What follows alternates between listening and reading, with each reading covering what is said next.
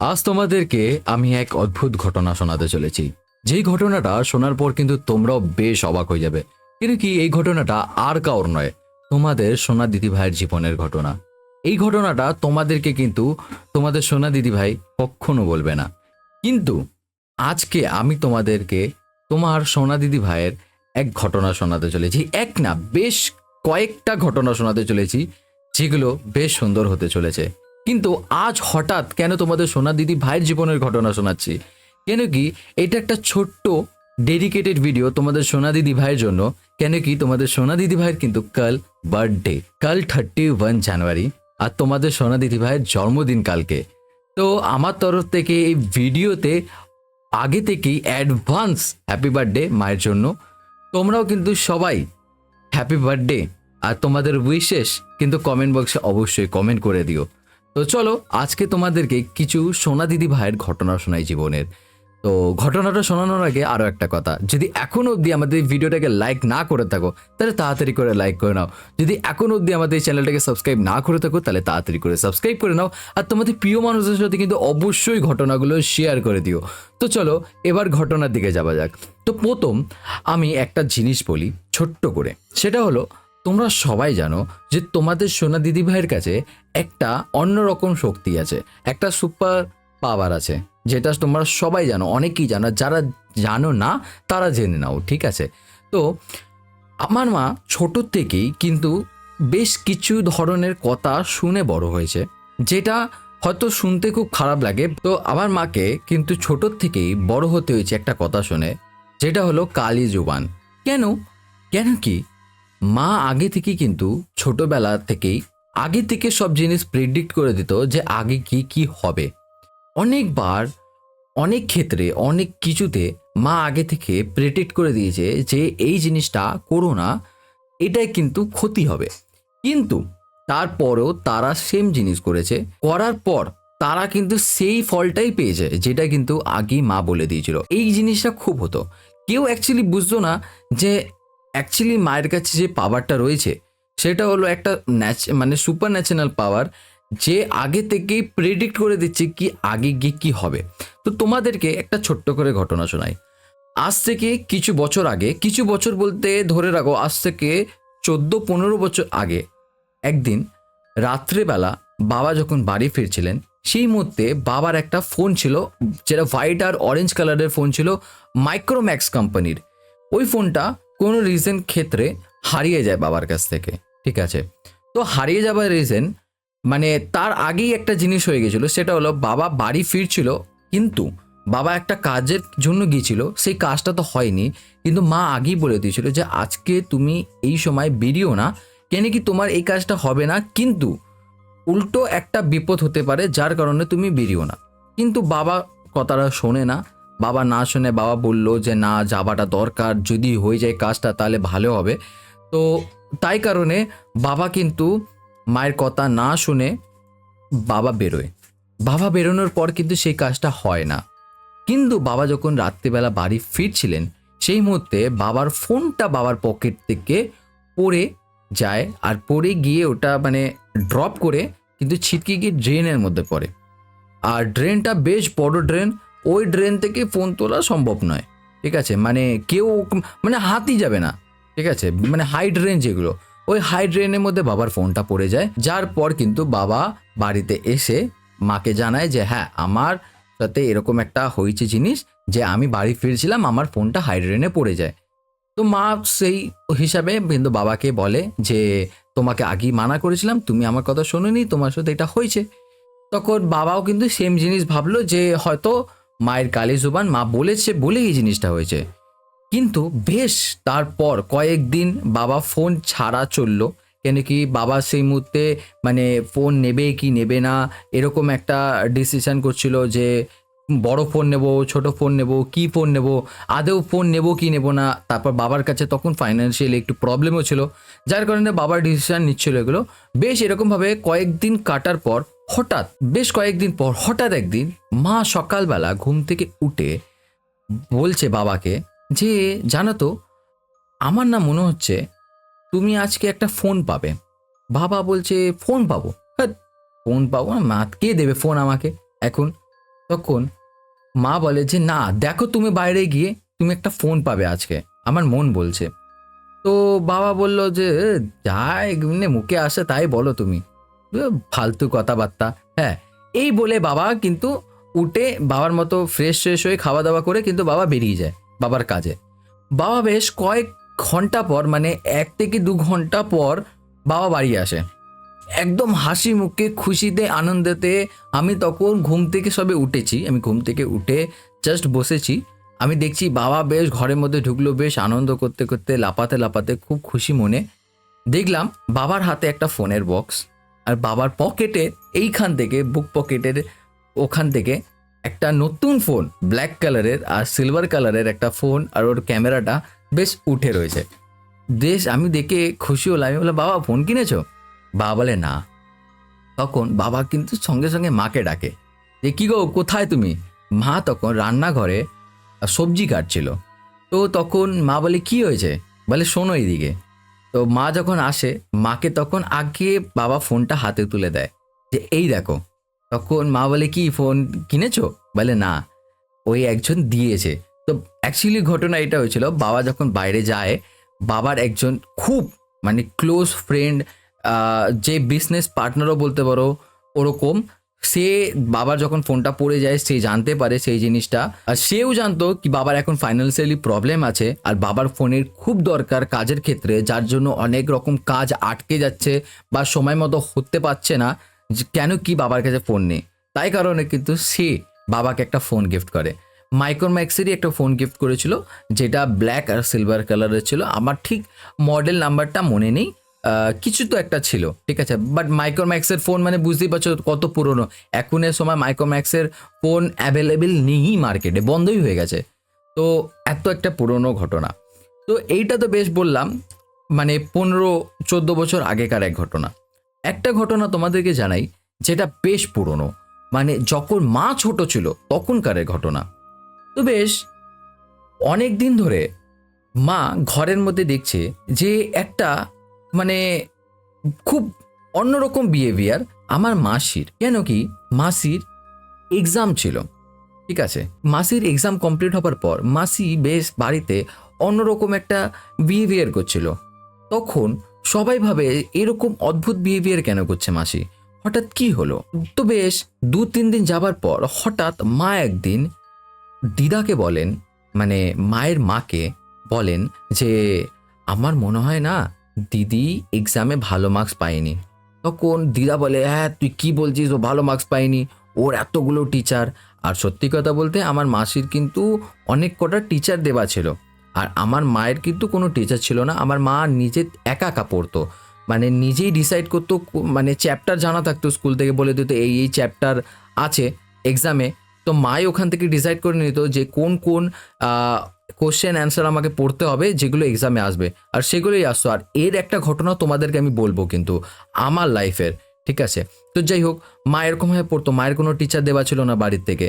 তো দিদা তখন মায়ের কথায় বিশ্বাস করে না, তখন মাকে খুব উল্টাপাল্টা বলে দিদা যে হ্যাঁ তুই ফালতু কথা বলছিস, হ্যাঁ এই উল্টাপাল্টা বলছিস। তখন মা বলে তুমি আমাকে এরকম ভাবে বলছো তো, দেখবে ও এক্সামে এই এই মার্কস বলে দিচ্ছ, এই মার্কসই পাবে, ঠিক আছে। তো সেই হিসাবে কিন্তু মা বলে দিয়েছিল যে মাসির সবকটা এক্সামের নাম্বার বলে দিয়েছিল, ঠিক আছে। আমার যতদূর মনে আছে সায়েন্সে 28, আর ম্যাথসে 26 এরকম কিছু, আর ইংলিশে পেয়েছিল হলো 16 বা 17 এরকম কিছু মার্কস পেয়েছিল এক্সামে। আর এই ঘটনাটা কিন্তু ক্লাস 8-এর, যখন আমার মাসি ক্লাস 8-এ পড়ে। তো মা কিন্তু এইগুলো বলে দিয়েছিল, আর এইগুলো কিন্তু সবকটাই ফেল মার্কস, ঠিক আছে, একটাও কিন্তু পাস মার্কস নয়। তো মা কিন্তু এইগুলো বলে দেয়। যখন মা বলে দেয় তখন দিদা বলে যে ভাত ফালতু কথা বলছিস, এসব কিছু নয়, যা তো তুই এখান থেকে, মাকে এরকম ভাবে বলে। কিন্তু বেশ কয়েকদিন পর যেদিনকে মাসির রেজাল্ট বেরোয়, মাসির রেজাল্টের দিন হয়, সেদিন কি কিন্তু দিদা মাসির রেজাল্ট থেকে অবাক হয়ে যায়। কেন কি মা যেই যেই নাম্বারগুলো বলেছিল, আমি যেই যেই নাম্বারগুলো বললাম ম্যাথ সায়েন্স আর ইংলিশের, সেম ডিট্টো সেম, একটা পয়েন্ট কি একটা ইঞ্চিও নড়েনি এই দিক থেকে ওই দিক। মা যা যা নাম্বার বলেছে, এক্সামের মার্কস বলেছে, তাই তাই এক্সামের মার্কস পেয়েছে। মানে আজও দিদা মানে অবাক হয়ে যায়। মা যখন এই জিনিসগুলোর কথা বলে, দিদা এখনো অবাক হয়ে সেই জিনিসটা বলে যে তুই কি করে বলেছিলিস সেদিন। তো এরকম অনেক ঘটনা আছে যেগুলো মা কিন্তু আগে থেকে প্রেডিক্ট করে দেয়। তো চলো এবার বেশ আমি তোমাদেরকে আমার লাইফের দুটো ঘটনা শোনাই, যেটা তোমাদের সোনা দিদি ভাইয়েরই রিলেটেড। ঠিক আছে, দুটো ঘটনাই বেশ অদ্ভুত আর বেশ আজব, তোমরা অবাক হয়ে যাবে শুনে। সেটা হলো, প্রথম একটা ঘটনা শোনাই বেশ অদ্ভুত ধরনের। যখন আমি ক্লাস 7-এ পড়ি তখন আমার হঠাৎ খুব শরীর খারাপ হয়। বেশ কয়েক মাসের জন্য, মানে 6 মাস 7 মাসের জন্য শরীর খারাপ হয়, যার কারণে আমি অনেক রোগা হয়ে গেছিলাম, মানে খুব রোগা হয়ে গেছিলাম। আমাকে রাস্তায় যে কেউ দেখলে না জিজ্ঞাসা করতো যে তোর কি কোনো রকম শরীর খারাপ হয়েছে নাকি, কোনো রকম কিছু হয়েছে নাকি। আমাকে সবাই, হার একটা মানুষ যারা চিনতো জানতো আমাকে, আমার মাকে বাবাকে সবাই কিন্তু প্রশ্ন করতো যে ওর কী হয়েছে, কেন কি আমি মানে রোগা শুকনো মতো হয়ে গেছিলাম, কেন কি আমার অনেক দিনের জন্য একটা শরীর খারাপ হয়েছিল, যার রিজন কি শরীর খারাপ হয়েছিল, কেন হয়েছিল, কি কারণ কিচ্ছু জানি না, বাট হয়েছিল। ঠিক আছে, মানে ডাক্তার দেখানো হয়েছিল, ডাক্তার কিছু খুঁজে পাইনি, না কোনো রকম কোনো তান্ত্রিক তন্ত্রবিদ্যা করা হয়েছে, তার দিক দিয়েও দেখা হয়েছে যে কিছু হয়েছে নাকি, সেরকমও কিছু হয়নি। কিন্তু আমি এমনি খুব শুকিয়ে গেছিলাম, খুব রোগা হয়ে গেছিলাম, আমার খুব শরীর খারাপ হয়ে গেছিলো। তারপর আমি নিজেই রিকভার করে গেছি। তো যাই হোক, তো ওর কারণে আমি কিন্তু অনেক দিন স্কুল যাই না, অনেক দিন। তো বেশ আমি যখন স্কুল রিটার্ন যাই অনেক দিন পর, 6-7 মাস পর যখন স্কুলে রিটার্ন যাই আমি, তখন আমি আমার একটা ফ্রেন্ড ছিল যার কাছ থেকে বলি যে তুই আমাকে যা আজ অবধি স্কুলে ওয়ার্ক করানো হয়েছে ওগুলো প্লিজ আমাকে একটু দিয়ে দিস। তো আমাকে বলল যে দেখ, স্কুলে তো সব চ্যাপ্টারই পরপর পড়ানো হয়েছে, এগুলো পড়ে লাভ নেই, তুই একটা কাজ করিস, আমি তো স্কুলের টিচারের কাছে পড়ি, স্কুলের টিচার যা যা আমাদেরকে মানে কমন বলে দেবে আমি ওগুলো তোকে এক্সামের জন্য লিখে দিয়ে দেবো, তুই ওগুলোই পড়ে নিস, পাস তো করেই যাবি, অসুবিধা নেই। তো আমি বললাম যে ভালো কথা, ফ্রেন্ড তো এরকমই হয়। তো সেই হিসাবে আমি তার সাথে এগ্রি করলাম। আমি বললাম তো খুব ভালো হবে ভাই, তুই একটুখানি করে দিস আমার জন্য এইটা। তখন সে তার কথা মতো কিন্তু আমাকে তার যে স্কুলের টিচারের কাছে পড়তো, সে মানে ওই টিচার স্কুলেই পড়াতো, সেই স্কুলের টিচার কাছে সে আবার বাইরে টিউশনও করাতো। ঠিক আছে, তো তার কাছে সে পড়তো, তো সে যেরকম যেরকম জিনিস কমন বলে দিয়েছে যে এইগুলো এগুলো এক্সামে আসবে, তো সেরকমভাবে কিন্তু ও আমাকে ওগুলো লিখে দিয়ে দিয়েছে। কিন্তু মা ওই মানে ইয়েটা দেখার পর কিন্তু, মানে যেই আমাকে দিয়েছিল একটা কপি মতো করে দিয়েছিল, ওই জিনিসটা দেখার পর, ওই কপিটা দেখার পর কিন্তু মা বলে যে মনে হচ্ছে না বাবা কিছু ভুল হচ্ছে। আমি বললাম ভুল হচ্ছে বলতে মা বুঝলাম না। তখন মা বলল যে আমার মনে হচ্ছে তোর কিছু ভুল হচ্ছে, এই কপিতে যা ও লিখে দিয়েছে এগুলো একটাও ঠিক নয়। আমি বললাম ঠিক নয় মানে, ও স্কুলের টিচারের কাছে পড়ে, স্কুলের টিচার এগুলো এগুলো বলে দিয়েছে কমন আসবে, তো এগুলোই আসবে স্কুলে। তখন মা কিন্তু অনেক করে আমাকে বলে যে না এইগুলো ভুল, ঠিক আছে এইগুলো আসবে না। ঠিক আছে, আমি কিন্তু জানি না তখন কি মাথায় এসেছিল, হয়তো আমার এটা অনেক বড় ভুল। আর একটা আমার লাইফের শিক্ষা যেটা হলো, আমি মায়ের কথা না শুনে আমি আমার ফ্রেন্ডের উপর ট্রাস্ট করলাম। আমি বললাম যে না, ও যেগুলো দিয়েছে ওগুলোই ঠিক। তখন মা বললো তাহলে যদি তোর মনে হয় এগুলোই ঠিক তাহলে তুই এগুলোই পড়ে যা, একটা এক্সাম পড়ে দেখ, যদি না আসে তাহলে তুই বুঝতেই পারবি। আমি বললাম তাই হোক। ওর কথা মতো ও যেইগুলো আমাকে দিয়েছিল কমন আসবে আমি কিন্তু ওগুলোই পড়ি। আমি যখন স্কুলে যাই আমি জানি আমার তো সব কমন জানা আছে, কোনো অসুবিধা নেই, ভালো করে পড়ে মুখস্থ করে জেনে নিয়েছি, কোনো প্রবলেমই নেই। যখন আমি স্কুলের এক্সামে বসি আর যখন আমার হাতে কোশ্চেন পেপার আসে, তখন শুধু আমার বডিটা ওখানে পড়ে রয়েছে, আমার আত্মা উড়ে গেছে। কেন কি তোমরা সবাই স্কুল লাইফ একসময় পার করেছো, কেউ স্কুল লাইফ পার করছো, কেউ স্কুলে আসো, তোমরা সবাই জানো যে আমাদের হাফ ইয়ারলি আর ফাইনাল এক্সাম, অ্যানুয়াল এক্সাম এর সময় কি না হয়। ঠিক আছে, মানে মন প্রাণ ফেটে যায় ভয়তে। ওই এক্সামে যখন আমি বসেছি, আমার ফার্স্ট এক্সাম, প্রথম দিন আমি এক্সামে বসে যখন হাতে কোশ্চেন পেপারটা নিয়েছি, আমার না মানে বডিটা পড়ে রয়েছে, আমার আত্মা উড়ে গেছে। ওই কোশ্চেন পেপারে একটা একটা সিঙ্গেল লাইন পর্যন্ত নেই যেটা আমি পড়ে এসেছি, একটা সিঙ্গেল লাইন নেই। মানে ইস, এ, দা এগুলো ছাড়া, ঠিক আছে, মানে ওইখান থেকে একটা কোশ্চেন কি, মানে একটা কোশ্চেন অ্যান্সার কি ছাড়ো, একটা এমসিকিউ, মানে কিচ্ছু আসেনি, ঠিক আছে, মানে দুটো বিলকুলই আলাদা জিনিস, ঠিক আছে, মানে ও আমাকে মানে একটা আলাদা জিনিস দিয়েছে, মানে ধরে রাখো আমি ক্লাস 7-এ তখন ছিলাম, মানে ধরে রাখো আমার কাছে ক্লাস 7-এর কোশ্চেন পেপার এসছে আর ও আমাকে কমন বলেছে ক্লাস 12-এর, এরকম একটা ব্যাপার। মানে দুটো কোশ্চেন পেপারের সাথে আমার সেই কমন যে আমি কোশ্চেন অ্যান্সার পড়ে এসেছি বাড়ি থেকে, যেগুলো পড়েছি দুটোর মধ্যে কোনো ম্যাচই নেই, কিচ্ছু নেই। আমি ভাবছি এবার কি করব, আমি আমি তো ফেল করে যাব এরকম ভাবে। আমি তখন ভাবছি কি করা যায় এবার। তারপর আমি অনেক কষ্ট করে ওখান থেকে কোশ্চেন পড়ে ধরে, যেগুলো আমি ভাবলাম যে আমি পারবো নিজের থেকে, কেন কি কিছু হলেও আমি ঘরে তো পড়েছি, যেই কদিন আমি মানে রেস্টে ছিলাম বাড়িতে, ওখান থেকে আমি মনে করে করে কিছু জিনিস নিজের থেকে লিখেছি। আর সত্যি কথা বলতে আমার আগের ব্রেঞ্চেই একটা ফ্রেন্ড বসেছিল আমার, যে মানে খুব একটা ক্লোজ ফ্রেন্ড নয়, আমার এমনি ক্লাসমেট ছিল, তার কাছ থেকে আমি হেল্প চাই, সে আমাকে হেল্প করে। তারপর কিন্তু আমি পুরো কোশ্চেন পেপার ফিল আপ করে এসেছি, পুরো প্রপার এক্সাম দিয়ে এসেছি তার হেল্পে। তারপর কিন্তু আমি ক্লাসরুম থেকে বেরিয়ে আগে গিয়ে ওকে ধরেছি যে কিরে, তুই যে আমাকে বললি এগুলো তোর টিচার কমন বলেছে, কোশ্চেন পেপারে তো এগুলো কিছুই নেই। তখন ও বলে হ্যাঁ হ্যাঁ সত্যি তো, কিছু নেই, আমি জানি না কি হলো বলতো, আমিও তো কিছু লিখে আসতে পারিনি। আলাম, ও আচ্ছা তাই নাকি, ভালো কথা, তাহলে তুইও ফেল করবি আমিও ফেল করবো। ও বললো হ্যাঁ হ্যাঁ তাই বোধহয় ভাই, আমরা দুজন একসাথে ফেল করবো, দুই ভাই ফেল করবো। আমি বললাম আচ্ছা ঠিক আছে, আমি ওর কথাটা শুনলাম। তারপর কিন্তু আমি মাকে বাড়িতে এসে জানালাম যে মা তুমি ঠিকই বলেছিলে, এগুলো কিছু আসেনি। মা তারপর সঙ্গে সঙ্গে আমার যতগুলো বুক ছিল সাবজেক্টের, ততগুলো বুক নিয়ে বসে যায়। মা বলে তুই রেস্ট কর, তোকে চিন্তা করার দরকার নেই।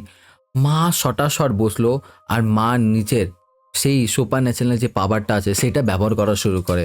সেটা ব্যবহার করে সব তাড়াতাড়ি করে কোন কোন কোশ্চেন আসবে, এক্স্যাক্ট কোন কোশ্চেন আসবে কোশ্চেন পেপারে, ওই কোশ্চেনগুলো মার্ক করে দেয়, ঠিক আছে, ওই অ্যান্সারগুলো মার্ক করে দেয়, সেই জিনিসগুলো মার্ক করে দেয় সব কটা বুক থেকে, ঠিক আছে। মা 2 থেকে 3 ঘন্টা নিয়েছিল, সব কিছু মার্ক করে দেয়।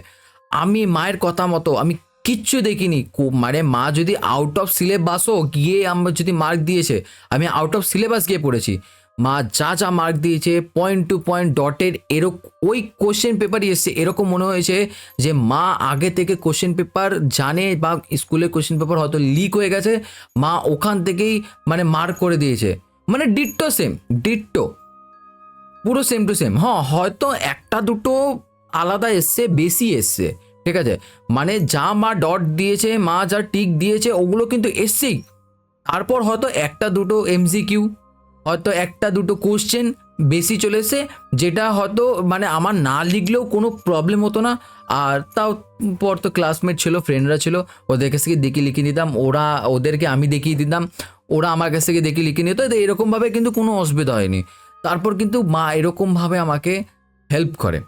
তারপর কিন্তু ইন রিয়েল আমি কিন্তু রেজাল্ট ডেতে গিয়ে দেখি ও কিন্তু পাস করে গেছে, আমিও পাস করে গেছি। অবভিয়াসলি আমার মায়ের জন্য, তোমাদের সোনা দিদিভাইয়ের জন্য, যে এন্ড মোমেন্টে আমাকে ঠিক জিনিসটা ধরে দিয়েছে, আমিও পাস করে গেছিলাম, ও পাস করে গেছে। আমি কিন্তু ওকে যখন রেজাল্ট নিয়ে বেরোই তখন কিন্তু আমি ওকে একটাই প্রশ্ন করি যে ভাই তুই পাস করলি কি করে, তুই তো যেগুলো পড়ে এসছিস সেগুলো তো তোর আসেনি বললি কোশ্চেন পেপারে। তখন ও বলে যে জানি না ভাই কি করে পাস করলাম, পাস করে গেছি। আমি বললাম আচ্ছা আচ্ছা, তুই নিজেকে নিজে না বড্ড চালাক ভাবিস, এত চালাক ভাবিস না, ভগবান তোর ভালো করবে না, ঠিক আছে। ওকে বলার পর ও কিন্তু আমার মুখের দিকে তাকিয়ে বললো তুই পাস করেছিস। আমি বললাম হ্যাঁ অবশ্যই, তোর থেকে বেশি মার্কস নিয়ে পাস করেছি। ও বলে তোকে দেখা, আমি কিন্তু সত্যিকারের ওর থেকে অনেক বেশি মার্কস নিয়ে পাস করেছি, ঠিক আছে। তখন ও দেখে হ্যারান হয়ে যায়, আমাকে জিজ্ঞাসা করে কি করে পাস করলি ভাই তুই এত নাম্বার নিয়ে। আলাম কি করে পাস করলাম, তুই এটা গিয়ে তোর বাড়ির লোককে জিজ্ঞাসা করবি। এটা আমি এরকমভাবে বলেছিলাম রাগে, ঠিক আছে। তো আমি ওকে এরকমভাবে বলি যে তোর বাড়ির লোককে গিয়ে জিজ্ঞাসা করবি তোর থেকে বেশি নাম্বারে কি করে পাস করলাম। তারপর থেকে আজ অবধি তার সাথে না কোনোদিন কথা বলেছি আর না কোনোদিন কথা বলবো। আমি জানি না ও কেন এই জিনিসটা আমার সাথে করে, কি ওর লাভ ছিল, কি ওর প্রফিট ছিল জানি না, ভুল জিনিস দিয়ে। তো যাই হোক, এরকম একটা জিনিস আমার লাইফে হয়েছিল যেটা কিন্তু তোমাদের সোনা দিদিভাই আমাকে বাঁচিয়ে নেয়। তারপর এরকম আরও ঘটনা ছিল, মানে আমি বলেছি তোমাদেরকে, সোনা দিদিভাও বলেছে তোমাদের, আমার ছোটো থেকেই কোনো টিচার ছিল না। সত্যি কথা বলতে আমার কোনো দিন টিচারের দরকারই পড়েনি, কেন কি অলরেডি আমি ঘরে পড়াশোনা করতাম। আর সত্যি কথা বলতে আমি কোনো সময় মানে ওরকম না আমার অত টিচার ছিল, না অত টিচার দিতে হয়েছে আমাকে, কোনো দিন আমি কোনো টিচারের কাছে পড়িনি। তোমাদের সোনা দিদিভাই আমাকে মানে এক্সামের বাস কিছুদিন আগে মার্ক করে দিত, আমাকে শুধু জিজ্ঞাসা করতো কোন কোন চ্যাপ্টার আসবে, তোকে কোন স্কুল থেকে বলেছে। আমি বলে দিতাম মা চ্যাপ্টার 1 2 3 4, মানে ওরকম হিসাব মতো বলে দিতাম যা যা বলেছে। ঠিক আছে, মা বলতো ঠিক আছে। শুধু মা বুকগুলো নিয়ে বসতো, ওই চ্যাপ্টার বাই শুধু ওখান থেকে কী কী আসবে ওগুলো দাগিয়ে দিত, আমি শুধু ওগুলি পড়ে দিতাম, ওগুলোই আসতো। আমার কোনো দিন কোনো রকম অসুবিধা হয়নি স্টাডিতে। তো এইটা হলো সব থেকে মানে বিশাল একটা ব্যাপার। তো আজকের জন্য আমি এই অবধি রাখলাম তোমাদের সোনা দিদি ভাইয়ের লাইফের ঘটনা। আরও তোমাদের সোনা দিদি ভাইয়ের লাইফের অনেক অদ্ভুত অদ্ভুত ঘটনা আছে, যেগুলো যদি তোমরা শুনতে চাও কিন্তু অবশ্যই আমাকে কমেন্ট করে জানিও। তাহলে তাড়াতাড়ি করে কিন্তু তোমরা কমেন্ট করে দাও যদি তোমরা শুনতে চাও তোমাদের সোনা দিদি ভাইয়ের লাইফের আরও ঘটনা। আর তোমাদের সোনা দিদি ভাইয়ের রিসেন্ট 2-4টে জিনিস হয়েছে, তোমাদের সোনা দিদি ভাই কিন্তু পরে বলবে। আর আমি এটা প্রাউডলি তোমাদেরকে জানাচ্ছি আজকে, যেরকম একজন আমার একটা দিদি আছে, ঠিক আছে, ওই দিদির যে মা আছে তাকে কিন্তু সায়েন্স মানে বলে দিয়েছিল অলরেডি, ডাক্তার কিন্তু বলে দিয়েছিল যে আপনি আর কোনোদিন লাইফে দেখতে পারবেন না, আপনার চোখ খারাপ হয়ে গেছে। কিন্তু তারপর সেই দিদি মাকে অনেক করে রিকোয়েস্ট করে যে তুমি কিছু একটা করো দিদি, যার জন্য কিন্তু আমার মা ঠিক হয়ে যায় অনেক ফাইনালি। কিন্তু কেন কি তোমাদের সোনা দিদি ভাই কারোর কষ্ট দেখতে পারে না, সে কিন্তু তার কষ্ট হলেও কিন্তু সে অন্য কাউকে কষ্ট দেবে না। তারপর কিন্তু সেই দিদি মাকে বলার পর মা তাকে একটা কাজ করে দেয়, তারপর আজকে সে চোখে দেখতে পারছে। ঠিক আছে, মানে 100% যে দেখতে পারতেন না সে এখন 60% to 80% চোখে দেখতে পারছে।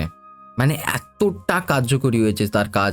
মানে তারপরও সব থেকে প্রাউডের কথা হলো এটা, মানে সেই দিদি বাড়িতে মায়ের ফটো সিংহাসনে বসিয়েছে, মাকে ভগবানের দরজা দিয়েছে।